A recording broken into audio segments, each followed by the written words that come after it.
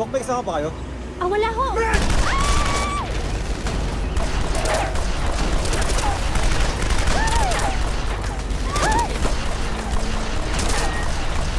Man, move! Move!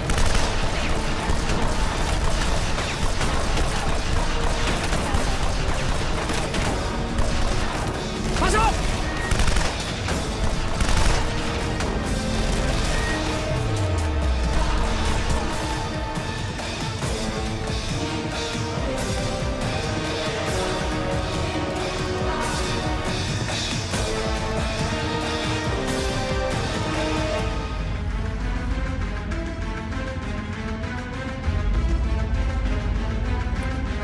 Huwag masyadong malapit, Amado.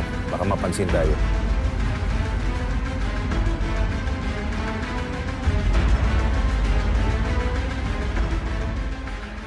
Elias, gusto kong humingi ng tawad sa'yo.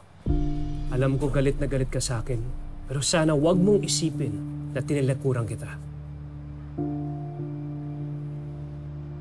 Elias, alam ko galit ka, pero sana maayos pa natin to. Elias, araw-araw ako nakukonsensya dahil wala ako dun para ipagtanggol ang pamilya mo. Yun lang ba talaga sasabihin mo?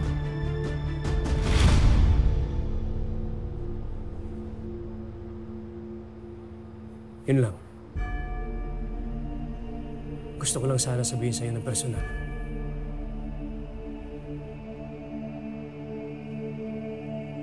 Naintindihan kita, Paeng. Pero ang kailangan ko, hustisya. At kasiguraduhan na hindi na mauulit na nangyari sa pamilya ko. Naturingan kayong mga polis. Pero hindi niya naibigay sa akin yan.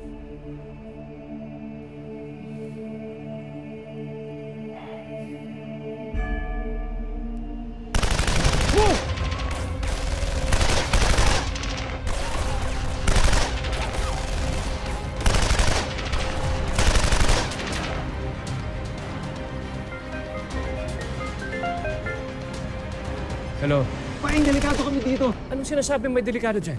Nangat na sindikato ang safe house. Ang dami nila! Sige, papunta kami ng tropa dyan.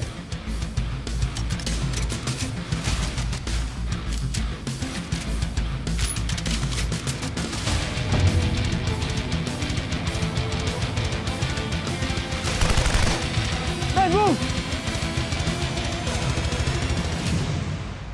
Panginoon, tulungan niyo naman po ko sa anak ko. Hindi ko na alam kung anong gagawin ko. Ayaw naman niya makinig sa akin.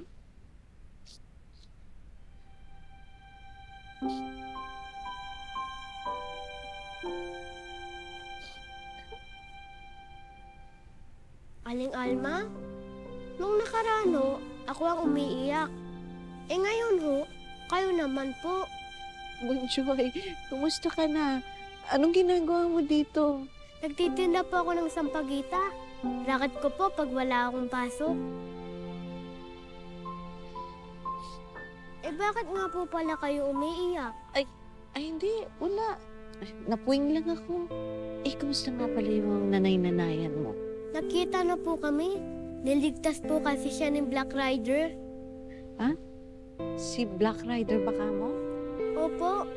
Ang galing talaga ni Black Rider, no? Ang bait-bait niya at ang tapang niya po.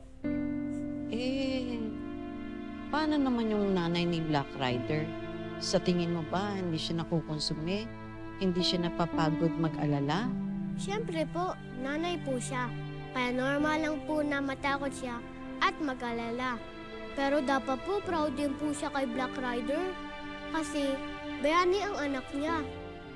Diba ganun naman po yung mga bayani? Inuuna nilang mga ibang tao kaysa sa sarili nila.